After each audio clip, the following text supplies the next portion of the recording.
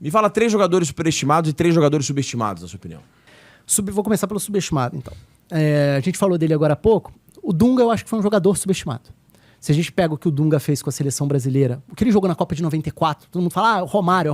Claro, o Romário foi um absurdo, mas o que o Dunga jogou na Copa é uma enormidade. O Dunga acho que foi um jogador muito mais importante para a história da seleção brasileira como jogador, porque a antipatia como treinador não pode interferir na avaliação dele como jogador. Para mim é um. E para pegar nomes mais recentes aí, eu acho que, por exemplo, eu vou pro lado internacional da coisa. Eu acho que o Xabi Alonso foi um volante subestimado. Para mim, ele foi o cara que acertou o Real Madrid depois do Real Madrid passar 6 anos sem conseguir ser time. E hoje ele tá virando um treinador de destaque. Mas para mim, ele foi um grandíssimo volante da geração dele. Também menos considerado, porque na seleção dele ele tinha Xavi e Iniesta juntos. Então ele virava meio que o coadjuvante.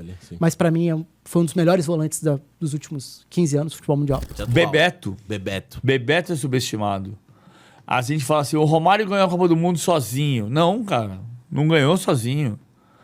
A seleção tinha muito talento, tinha Zinho, que jogou uma grande Copa do Mundo, tinha Mazinho, que jogou uma grande Copa do Mundo, tinha Jorginho, tinha Branco jogou uma grande Copa do Mundo.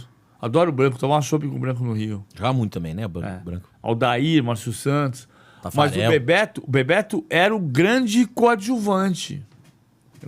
Jogava muito o Bebeto, né? Bebeto jogava demais. Jogava demais. Esse é outro quadro do programa Mata-Mata, mas Bebeto e Edmundo, o que você prefere? Eu acho que o Edmundo é mais meu amigo, né? Esse é o critério. Tá bom, o Bebeto é um jogador que a Marília Ruiz veio aqui e falou que ele subestimado. O Edmundo não é subestimado. Não é, né? O Bebeto às vezes porque o Bebeto é um gênio que ficou como segundo. Sim. E o Rivaldo? Porque o Rivaldo, assim, não é que o Rivaldo seja subestimado, assim como o Bebeto também não é subestimado, mas é importante cravar a importância desse cara, sabe? O Rivaldo é um jogador que foi fundamental. O Rivaldo foi o melhor jogador da Copa do Mundo de 98 do Brasil. E o Brasil foi vice-campeão do mundo. O Rivaldo, pra mim, foi o melhor jogador da seleção em 98. E foi o melhor jogador da seleção de 2002. Você acha também? Embora... Não, é que o Ronaldo desequilibra porque ele fez 8 gols. E fez os 2 gols da final. O que desequilibra é isso. Mas o Rivaldo é fundamental em 2002. Sim, fundamental. Então, eu acho... Eu não tô querendo ser exato. Sim. Porque não dá pra ser exato numa pergunta dessa. Sim. Mas eu diria... O Jorginho é uma questão emocional... Bebeto e Romário. Bebeto e Rivaldo. 2 nomes que aparecem bastante aqui, sobretudo o Rivaldo. As pessoas falam, o Rivaldo tá na mesma prateleira do Beckham. Pra mim, não tá. Pra mim, é muito acima do Beckham. O Beckham é muito... O Rivaldo é muito melhor que o Beckham. Muito melhor que o Beckham. Muito melhor. Também não tem nem... Não dá pra conversar. Subestimado. O Alisson. Eu acho o Alisson aquele cara que todo mundo chama de bagre. E tô aqui chamando ele de bagre, mas tô usando um exemplo. Mas o cara é importante. É, tipo, muito importante para qualquer time, cara. É muito louco. Uma vez eu ouvi de um cara de São Paulo, que era um cara da época na comissão do Rogério Ceni. O cara falou assim, no Vasco, ninguém gostava. Passou um monte de treinador, Alisson titular. No Grêmio, um monte de jogador passando por lá, não sei o que lá, Alisson titular. No Cruzeiro, Alisson titular. E aqui no São Paulo não é diferente, porque o cara entrega. Tipo, ele é um jogador que... raçudo, é um jogador que é pau pra toda obra, machuca corre, pouco, não se machuca e tá ali, tá sempre se doando ao time. Tipo, é muito importante taticamente, sem a bola, na marcação. Então é um cara que não tem como tirar do time e o cara treina bem. Então eu acho que muitas vezes ele é esse jogador. Subestimado. Demais. Outro que eu acho que já parou e a carreira dele fala por si. O Maicon volante. São Paulo, Grêmio. Figueirense, Fluminense. É um cara que, muito bom de bola. Só que ficou com uma marca e tal. E os títulos que ele ganhou. Foi campeão da Libertadores. Campeão da Libertadores e sendo protagonista. O líder daquele time, sim. Sendo protagonista. Eu falei do Bebeto, né? Que é um cara que, apesar de ele, na época, ele não ser subestimado, ele ser reconhecido como o grande craque que ele era, mas acho que ele ficou a memória dele não faz jus ao quão foda ele era. E o Bebeto era muito foda. Apesar de eu odiar ele, eu tenho que reconhecer isso. Muito foda. Ele não é colocado no panteão dos maiores. Não é E mesmo. merecia. E ele era tanto atacante de lado de campo quanto centroavante. Metia gol pra caralho. E tinha muito recurso, né? Fazia gol de tudo E que é magrinho, jeito, assim. pequenininho e tal. Mesmo assim, chutava forte, metia um monte de voleio, cabeceava. O cara muito foda. E o Bebeto e o Romário é um entrosamento, uma coisa muito linda, assim, né? Muito lindo. O maior parceiro que o Romário poderia ter na vida, né? Ele Sim. tem que ajoelhar no milho e agradecer por ele ter tido o Bebeto do lado dele. Não que ele não seja foda, tal, por si só, mas ele com o Bebeto ali, subestimar. O próprio Sávio, assim, eu acho que também ele as pessoas só lembram como uma promessa, assim, mas como ele era foda também ficou um pouco deixado de lado.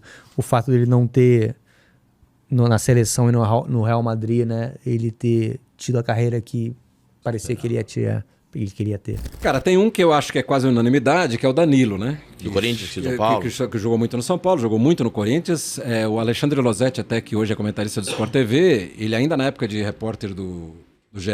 Globo, né? Ele cunhou uma frase que é muito legal. O Danilo é o melhor jogador entre aqueles que não tiveram a seleção no seu currículo, né? E ele foi um jogadorzaço, né? Um jogadorzaço vencedor em todos os clubes que passou, desde o Goiás, depois no São Paulo ganhou tudo, no Corinthians ganhou tudo, enfim. Jogadorzaço, né? Eu acho ele... E a gente não tem o hábito de falar dele como um jogador extra classe. Né? A gente costuma falar o Danilo, que é aquele que jogou no Corinthians, jogou no São Paulo. A gente não trata dele como um jogador extra classe. E acho que ele foi. Eu acho que ele foi um jogador muito acima da média. E um outro jogador subestimado, na sua opinião? O outro, ele não é subestimado até do ponto de vista do que ele fez no futebol, porque eu acho que ele fez muito e fez bem, e a gente costuma reconhecer.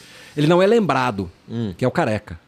O centroavante que começou no Guarani com 17 anos aterrorizando, fez uma carreira gloriosa no São Paulo, brilhou muito na Itália com o Napoli, que na época era um time pequeno, né? E aí vai ele e Maradona e fazem uma dupla inesquecível. Acho que a gente não costuma se referir ao Careca com a atenção que ele deveria receber, entendeu? A gente quando fala de centroavante, não, porque o Ronaldo, porque o Romário, a gente não raramente a gente cita o Careca. E acho que o Careca tem que ser mais citado. Eu acho que o Careca é um jogador que foi um dos maiores que eu vi jogar na posição de 9 ali. Além de tudo ser gente boa, beça, né? Um cara divertido, enfim. Então acho que o Careca eu colocaria como subestimado um pouco por causa disso, né? Porque a gente não tem o hábito de se referir a ele como o craque que ele foi. Agora, 3 jogadores superestimados. Tem muito. Marcelinho, carioca. Superestimado? Não é que ele seja superestimado como jogador. Eu acho superestimado como o maior jogador da história do Corinthians. Você não acha? O maior ídolo da história do Corinthians. Não acho, cara. Porque ele ganhou mais títulos. Sabe uma coisa que está acontecendo muito? A vida vem em ondas como o mar. Indo e vindo infinito. Mas a onda morre. Aí depois passou a ser assim. O Cássio hoje é o Marcelinho de ontem. O maior jogador da história do Corinthians. O Cássio é um monstro sagrado. Mas o melhor goleiro da história do Corinthians é o Dida. O Valdívia é superestimado? Superestimado. O Valdívia é meu ídolo no Palmeiras. Bem feito. É igual a história do Gabigol essa semana. Não, o Gabigol foi... Eu acho que o Gabigol cometeu um erro grave. Ponto. Sem dúvida. Acho, por outro lado, que a nossa sociedade está muito intolerante. Sim. Aí você fala assim, não, cara, meu filho adora o Gabigol, é o ídolo dele, meu filho tá arrasado. Bem feito, que ele ser seu ídolo do seu filho. Sim. Neymar, Michael Owen. O Neymar é superestimado? É. Você não acha ele gênio da bola? Não. Acho ele craque. Gênio da bola eu não acho. Nossa, eu acho ele um gênio. Você nunca achou? Nem no Santos, nada? Não, achei que ele tinha potencial para.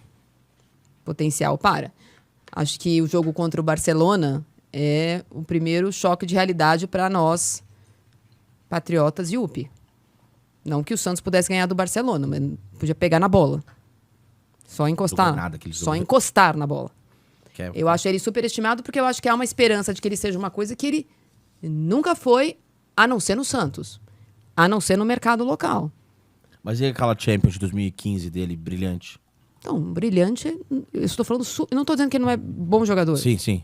Eu acho que todo mundo esperou uma coisa dele que ele nunca entregou. nem na seleção brasileira, nem em nenhum time que ele quis vestir a camisa 10.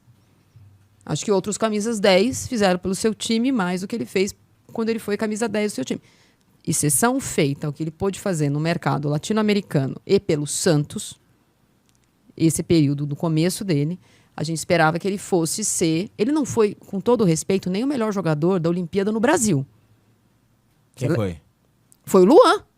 Foi o Luan. É verdade. Na Olimpíada, no Brasil, ele bateu o último pênalti. É. Mas aquela Olimpíada começa com todo mundo riscando o nome do Neymar e escrevendo Marta nas costas, lembra? Sim, lembro. Isso não significa que ele não é o melhor jogador da geração dele. Eu acho que ele é. Mas acho que essa volúpia brasileira, para ele estar na lista dos 3 melhores jogadores do mundo, tirando o ano do MSN, um ano, e mesmo assim dos 3, se eu pudesse escolher, pro meu time não seria ele.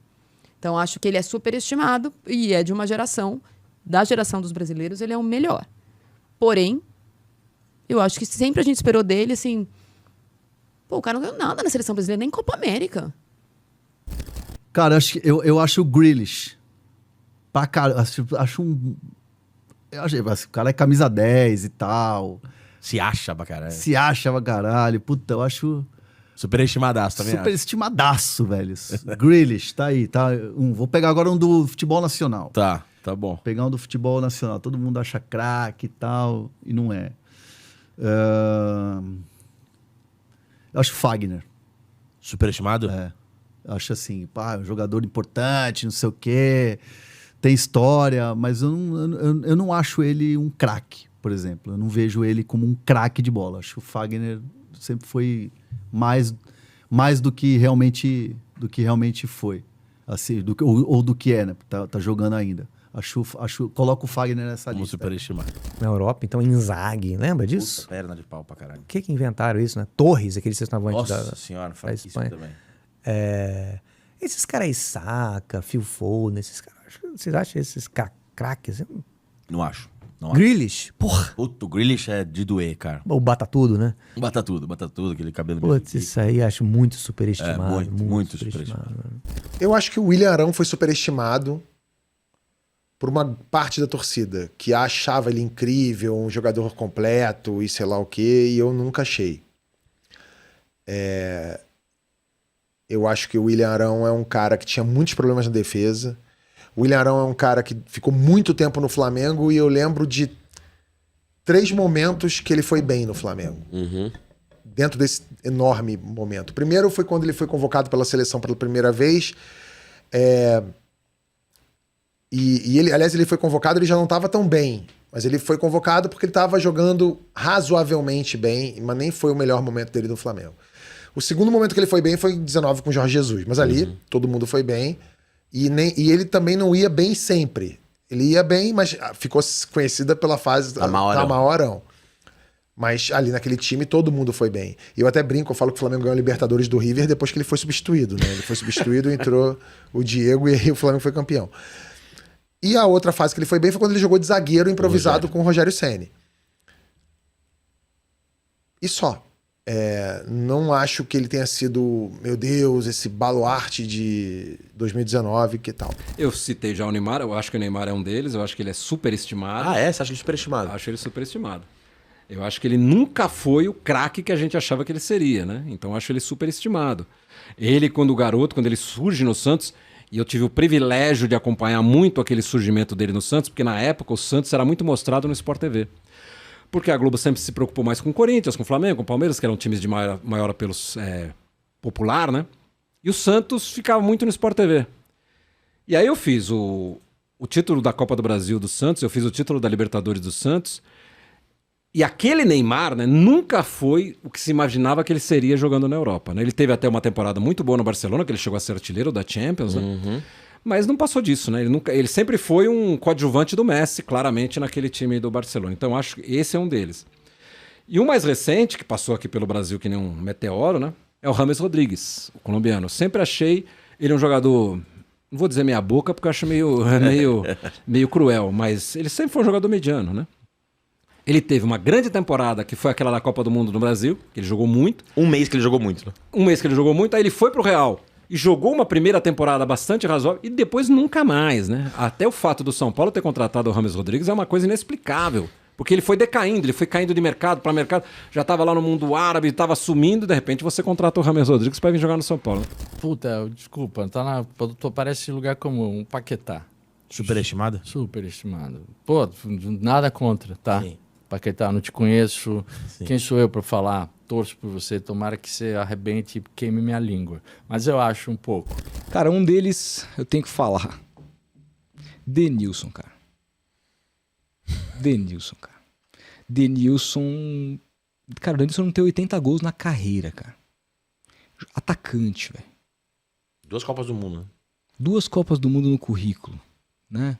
O cara que tem uma jogada, aquela jogada que ele é perseguido por 4 jogadores contra a Turquia, é uma jogada que ele faz cagada do começo ao fim da jogada. É uma jogada que ele tá no mano a mano, ele desiste do mano a mano e leva a bola pra linha de fundo pra fazer... Não tinha ninguém, e aí vem 4 caras e o Galvão faz o nome do cara, né? Aí vira o...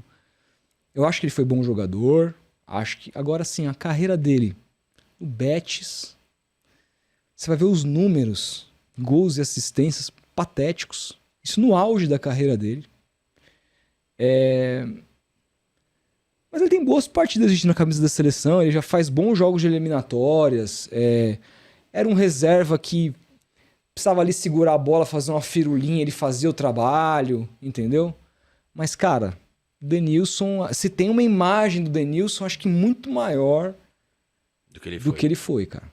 Por exemplo, eu acho que hoje o Donnarumma pra mim é um goleiro superestimado. Eu acho o Donnarumma um goleiro que... Por exemplo, o Keylor Navas é subestimado. Pra citar os dois que estiveram brigando por posição no PSG. O Donnarumma pra mim é um goleiro superestimado. É um goleiro que chegou no status porque fez 2 grandes Euros com a Itália. E ele foi fundamental pro título da Itália em 2021. Mas eu acho que ele no PSG, ele não é um goleiro confiável nos momentos mais importantes das temporadas. E isso faz diferença. Deixa eu pensar mais aqui. Eu lembro uma vez, eu fui perguntado sobre superestimado, acho que foi no UOL, e eu falei o nome talvez aí você pode até discordar bastante. Lucas Prato. Na época eu achava muito superestimado. Concordo, sim, 1000%. Porque na época se debatia, até no período dele no Atlético e tal, a comparação dele com o Fred enquanto jogador. E pra mim o Fred é muito mais jogador.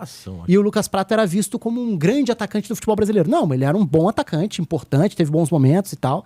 Mas pra mim era um jogador bem superestimado no futebol brasileiro. Concordo 1.000.000%. Não gostei nada dele. Mas vai muito assim, vai muito de relação de cada um com os jogadores. Sim.